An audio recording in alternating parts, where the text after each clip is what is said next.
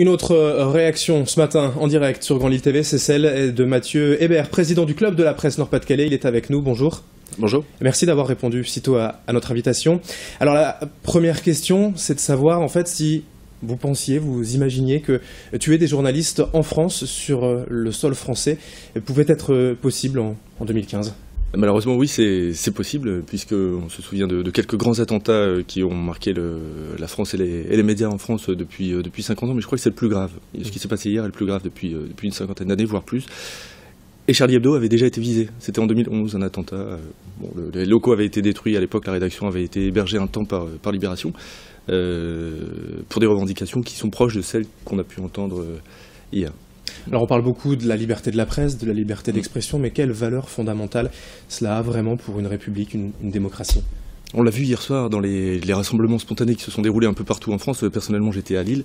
Dans les témoignages qu'on a pu entendre ou recueillir ici et là pour les confrères qui travaillaient, les anonymes qui sont venus, pas seulement les organisations de défense des droits de l'homme ou les organisations politiques ou les syndicats de journalistes, c'est une donnée essentielle.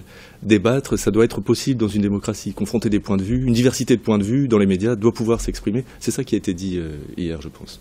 Et c'est ça que défendait aussi Charlie Hebdo, et c'est ça que ces intégristes ont voulu supprimer. Mais que peut-on faire aujourd'hui, selon vous, pour justement lutter, défendre cette liberté de la presse ? On en a eu aussi un aperçu hier soir. Tout le pouvoir de la presse, la liberté de la presse n'est pas seulement défendu par les professionnels de l'information, mais aussi par le public qui a besoin de cette info, qui a besoin de savoir, qui a besoin de comprendre, qui a besoin de décryptage. C'est ce message-là aussi qu'ils ont voulu adresser, je pense. Que vous allez faire vous-même en tant que club de la presse Nord-Pas-de-Calais ces prochains jours. Vous avez donc déjà appelé à cette manifestation, ce rassemblement hier soir. Qu'est-ce qui est prévu peut-être dans les prochains jours ? Oui, alors pour être totalement juste, le club de la presse n'était pas le seul à appeler au rassemblement hier soir. D'autres associations, organisations politiques, syndicales, de défense des droits de l'homme l'ont fait.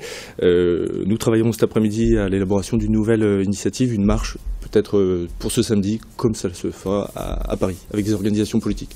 Très bien, merci Mathieu Hébert d'avoir été avec nous pour cette réaction. Vous êtes le président du Club de la Presse Nord-Pas-de-Calais, merci. Merci à vous.